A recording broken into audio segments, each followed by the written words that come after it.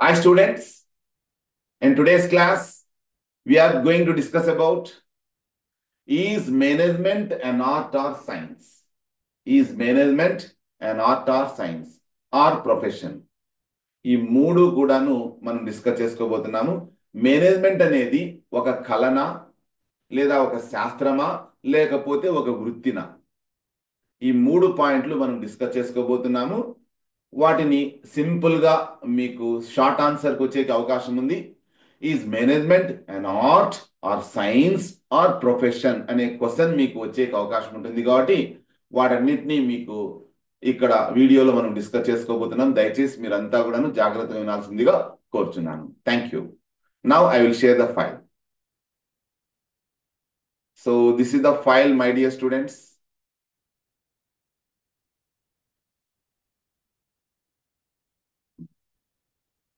Management as science and art. Management as science and art. Okay, so ఇక్కడ చూడండి, మనం దీన్ని ఎట్లా అనొచ్చు? Is management science, art or profession అనే రీతిలో మనం క్వశ్చన్ చేసుకొని దానికి ఆన్సర్ మనం సమాధానం రాబట్టడానికి ట్రై చేద్దాము. Okay, so management is both a science and an art. ఏమంటే ఇది మేనేజ్మెంట్ అనేది సైన్స్ మరియు ఆర్ట్, శాస్త్రము మరియు కళగా భావించవచ్చు. As it incorporates structural knowledge and systematic principles while also requiring creativity and intuition. Dear students, ఇది ఒక నిర్మాణాత్మకమైన పరిజ్ఞానాన్ని కలిగి ఉంటుంది మరియు ఒక క్రమబద్ధమైన సూత్రాలను కలిగి ఉంటుంది. అదేవిధంగా సృజనాత్మకత కూడా కలిగి ఉంటుంది. కాబట్టి నిర్వహణను మనము ఒక శాస్త్రంగా భావించవచ్చు మరియు కళగా భావించవచ్చు. యాజ్ ఎ సైన్స్, ఒక శాస్త్రంగా management relies on well defined body of knowledge, universal principles and cause effect relationship that guide decision making. నిర్ణయాలను తీసుకోవడానికి కారణము ప్రభావం అనే ఒక సంబంధాన్ని కలిగి ఉండి విశ్వవ్యాప్తమైన సిద్ధాంతాల పైన ఆధారపడి ఒక సమగ్రమైన పరిజ్ఞానాన్ని కలిగి ఉంటుంది మేనేజ్మెంట్ అన్నమాట. అంటే మేనేజ్మెంట్ లో మనము అంటే మంచి ఎక్స్పర్ట్స్ కావాలి అనుకుంటే ఖచ్చితంగా మంచి మేనేజ్మెంట్ కాలేజీలో చదివే తీరాలా. సో మీరు అంటే మీరు ఏదో చిన్న చిన్న కాలేజీలో కాకుండా ప్రఖ్యాతిగాంచిన కాలేజీలో చదవాలా అని అర్థం అనమాట. ఇక్కడ ఎగ్జాంపుల్ మీకు ప్రాక్టికల్ గా మంచి కాలేజెస్ ను చెప్పుకోవాలి అంటే మొట్టమొదట ఐఐఎంస్ ఉంటాయి, Indian Institute of managements. So Indian Institute of Management Ahmedabad అనేది ఒక టాప్ మేనేజ్మెంట్ ఇన్స్టిట్యూట్. సో ఇవి దాదాపుగా ప్రతి రాష్ట్రంలోనూ ఒక మేనేజ్మెంట్ ఇన్స్టిట్యూట్ ఉన్నది. Okay, Indian Institute of Management, IIMs. వీటిలో అడ్మిషన్ కోసం ఓకే కామన్ అడ్మిషన్ టెస్ట్ అని ఒకటి ఉంటుంది. కామన్ అడ్మిషన్ టెస్ట్ చూడండి, ఈ Indian Institute of Management Ahmedabad, Amritsar, Bengaluru, Bodhgaya, Calcutta, Indore, Jammu, Kashipur, Kozhikode, Lucknow, Mumbai, Nagpur, Raipur, Ranchi, Rohtak, Sambalpur, Shillong, Sirmaur, Tiruchirappalli, Udaipur, Visakhapatnam, ఇన్ని చోట్ల ఉన్నాయన్నమాట. వీటిలో అడ్మిషన్ కోసము కామన్ అడ్మిషన్ టెస్ట్ అని ఒకటి జరుగుతుంది. వీటిలో మనం ఒక్కసారి ఎంబీఏ సీట్ తెచ్చుకుంటే స్టార్టింగ్ శాలరీనే 20 lakhs పైననే ఉంటుంది. 20 లక్షల నుంచి స్టార్ట్ అవుతుంది. ఒక్కోసారి 90 లక్షల వరకు కూడాను. మీరు ఒకసారి హైయెస్ట్ ప్యాకేజ్ ఆఫ్ ఐఐఎంస్ అని కొట్టినామనుకో వెబ్సైట్ లో, హైయెస్ట్ ప్యాకేజ్ ఇన్ ఐఐఎంస్ అని మీరు చూడండి. ఇగో ఐఐఎం కల్కటాలో ఉండే ఒక స్టూడెంట్ కు ఎంబీఏ అయిపోయిన తర్వాత ఎంత వచ్చింది? 94.82 లక్షలు పర్ యానం అనమాట. అదే ఇండోర్లో ఓకే 1 crore సిపిఏ అంటే 1 crore. లక్నోలో ఉండే వాళ్ళకు 1.23 crores, రాంచీలో ఉండే వాళ్ళకు 67 lakhs per annum. ఓకే, ఈ రకంగా శాలరీలు ఉంటాయన్నమాట. సో దానికి ఏది ప్రాతిపదికత అంటే ఇండియన్ ఇన్స్టిట్యూట్ ఆఫ్ క్యాట్ అన్నమాట. క్యాట్ అని ఒక అడ్మిషన్ టెస్ట్ ఉంటుంది. క్యాట్ అంటే కామన్ అడ్మిషన్ టెస్ట్ అని అర్థము, common admission test, right? So అలాంటి ఇన్స్టిట్యూట్లో మీరు టార్గెట్ పెట్టుకొని ఇప్పటి నుంచే చదవగలిగితే మీరు మేనేజ్మెంట్ అనేది ఒక సైన్స్ అని తెలుసుకుంటారు, ఒక ఆర్ట్ అని తెలుసుకుంటారు, ఒక ప్రొఫెషన్ అని కూడా తెలుసుకుంటారు. అంత డిమాండ్ ఉంది. అంటే మీకు మీరు సంపాదించుకునే స్కిల్స్, నాలెడ్జే మీకు ఏమి దీన్ని సరస్వతి అని చెప్పుకుంటే, ఈ సరస్వతే మీకు లక్ష్మిని తెచ్చి పెడుతుంది. ఓకే, బట్ సీటు క్యాట్ ద్వారా ఐఐఎమ్స్ లో కొట్టడం అంత ఈజీ కాదు. మినిమం ఇప్పటి నుంచే మీరు ఒక 2 years రెగ్యులర్ గా కష్టపడి బ్యాంకింగ్ ఎగ్జామ్స్ రిలేటెడ్ సబ్జెక్ట్సే ఉంటాయి. సో బ్యాంక్ కోచింగ్ తీసుకున్నా కూడాను మీకు ఐఐఎమ్స్ లో సీటు ఒక పునాది ఏర్పడుతుందనే విషయం మీరు బాగా గుర్తుపెట్టుకొని ఏమి ఆ వైపున మీరు ట్రై చేయండి అనేది నా రిక్వెస్ట్ మీ అందరికీ కూడాను. దానికి సంబంధించిన పరిపూర్ణమైన గైడెన్స్ అంతా ఇవ్వాల్సిన బాధ్యత మాది, మీకు ఇస్తాం. ఎప్పుడు మీరు స్వేచ్ఛగా వచ్చి మీరు ఎప్పుడు అడిగినా కూడా మేము will provide you. Right students, ఇక మనం ఇప్పుడు క్వశ్చన్కి వెళ్తాము. ఓకే, సో మేనేజ్మెంట్ అనేది ఒక శాస్త్రంగా చెప్పుకోవచ్చు, ఒక కళగా చెప్పుకోవచ్చు. Organizations in India such as Tata Consultancy Services and Maruti Suzuki apply scientific management principles like planning, division of labor and experimentation to enhance efficiency and productivity. వ్యాపార కార్యకలాపాల్లో సమర్థతను పెంచడానికి, ఉత్పాదక పెంచడానికి ఏమి శాస్త్రీయమైన నిర్వహణ సూత్రాలైన ప్రణాళికీకరణ, పని విభజన, తర్వాత ప్రయోగాత్మకత అనే ఈ ప్రిన్సిపల్స్ ను అమలు పరుస్తున్నాయి టీసీఎస్ అనే కంపెనీను, మారుతి అనే కంపెనీ అన్నమాట ఇండియాలో.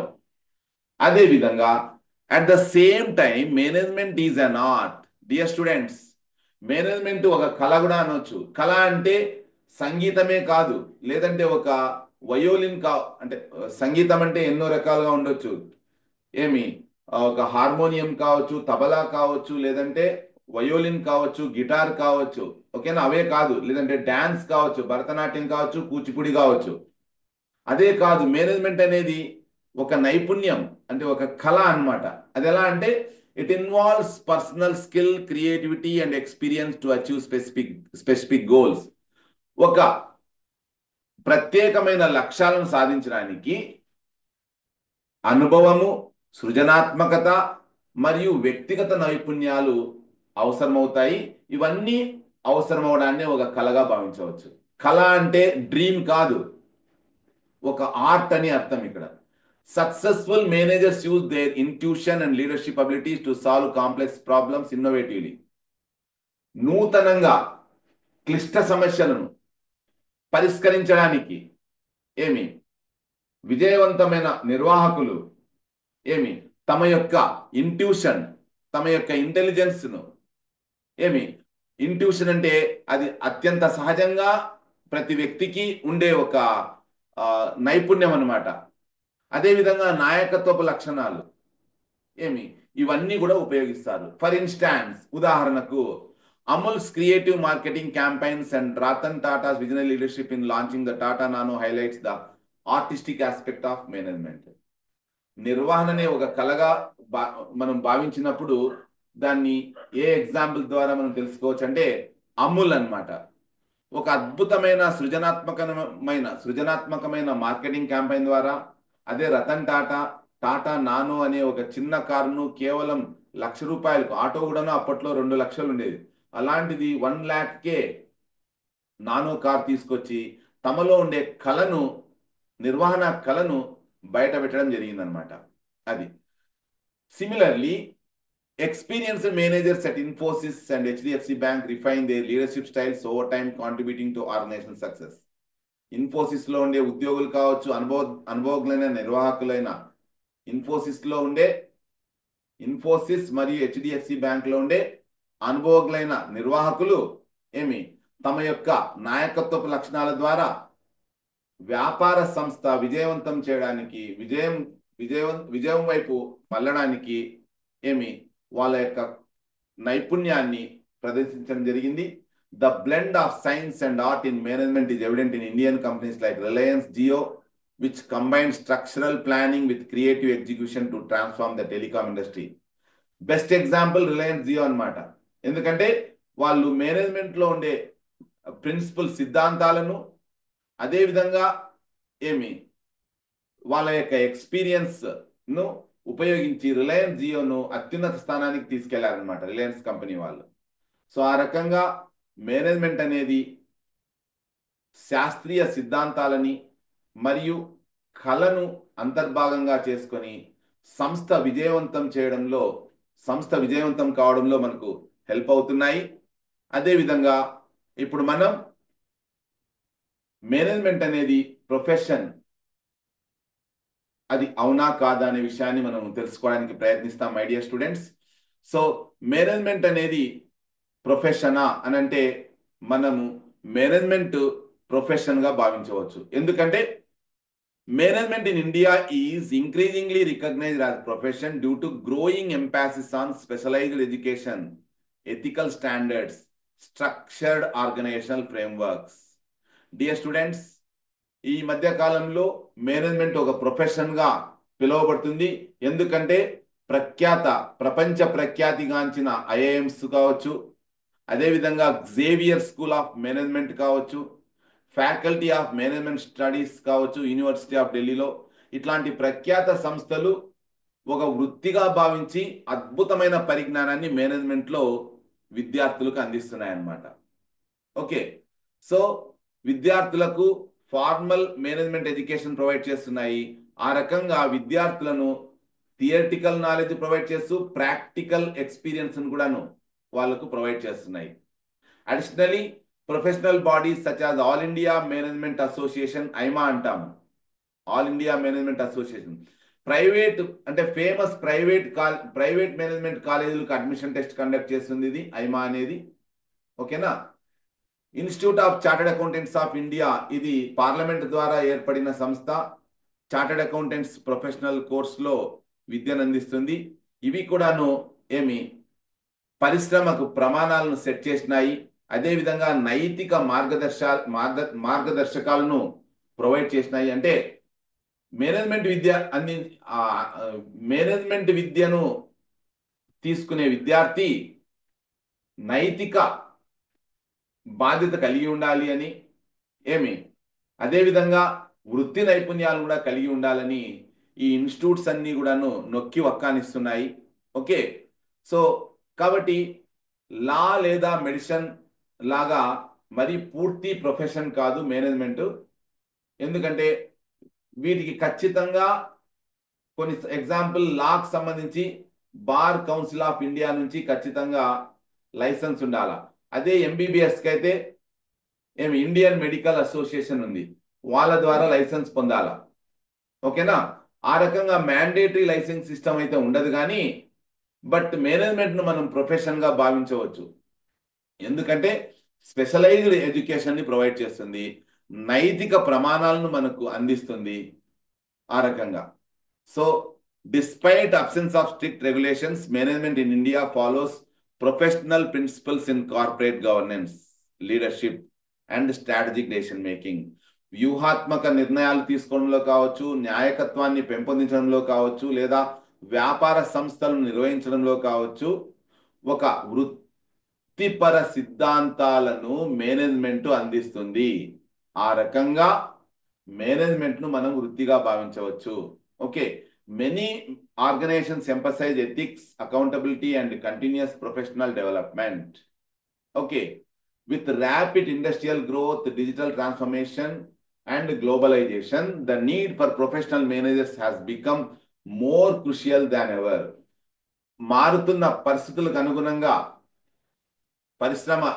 పారిశ్రామిక అభివృద్ధి కావచ్చు, లేదంటే టెక్నాలజికల్ చేంజెస్ కావచ్చు, లేదంటే గ్లోబలైజేషన్ కావచ్చు, ఇవన్నీ కూడాను మేనేజ్మెంట్ విద్యకు చాలా డిమాండ్ను తెస్తున్నాయి. కాబట్టి మంచి నాలెడ్జ్ పొందిన వాళ్లకు అద్భుతమైన భవిష్యత్తు ఉంటుంది.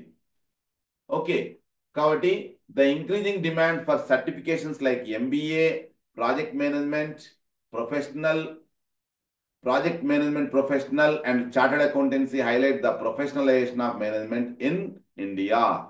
సో ఎంబీఏ కోర్స్ కావచ్చు, ప్రాజెక్ట్ మేనేజ్మెంట్ ప్రొఫెషనల్ కావచ్చు, చార్టర్డ్ అకౌంటెన్సీ కోర్స్ కావచ్చు, ఇవన్నీ కూడాను మేనేజ్మెంట్ను ఒక వృత్తిగా భావించడానికి ఈ కోర్సెస్ అన్ని కూడాను ఇతోధికంగా సహాయం చేస్తున్నాయి. ఓకే, కాబట్టి మేనేజ్మెంట్ను మనము it is a blend of both profession and practice గా భావించవచ్చు. ఈ మధ్య కాలంలో ప్రొఫెసర్ ఆఫ్ ప్రాక్టీస్ అనే ఒక కొత్త పోస్ట్ కూడాను యూనివర్సిటీలు క్రియేట్ చేస్తున్నాయి. అంటే వీళ్ళు పీజీలు తర్వాత పిహెచ్డీలు చేయాల్సిన అవసరం లేదు. ఒక 10 to 15 ఇయర్స్ ప్రాక్టీస్ ఉండి, ఇండస్ట్రీలో కంపెనీలో పనిచేసే ప్రాక్టీస్ ఉండి 10 to 15 ఇయర్స్ ఇండస్ట్రీస్ లో ప్రాక్టీస్ చేసిన అనుభవం ఉంటే చాలు, వాళ్ళకు ఏమి ఇస్తున్నారు, ప్రొఫెసర్ ఆఫ్ ప్రాక్టీస్ అని చెప్పి మేనేజ్మెంట్ కాలేజెస్ అన్ని కూడాను వాళ్ళని రిక్రూట్ చేసుకొని వాళ్ళకి శాలరీలు ఇస్తూ వాళ్ళ యొక్క అనుభవాలను, వ్యాపారం నుండి అనుభవాలను విద్యార్థులకు అందించడానికి ఇస్తున్నాయన్నమాట. ఆ రకంగా మనము మేనేజ్మెంట్ను ఒక ప్రొఫెషన్గా గట్టిగా నొక్కి వక్కానించవచ్చు. రైట్, కాబట్టి ఇంతవరకు మనం మేనేజ్మెంట్ అనేది ఒక ఆర్టా, ఒక సైన్సా, ఒక ప్రొఫెషనా అంటే మూడుగా మనం భావించవచ్చు. This is all about this question students. Thank you for your patient listening. Thank you so much.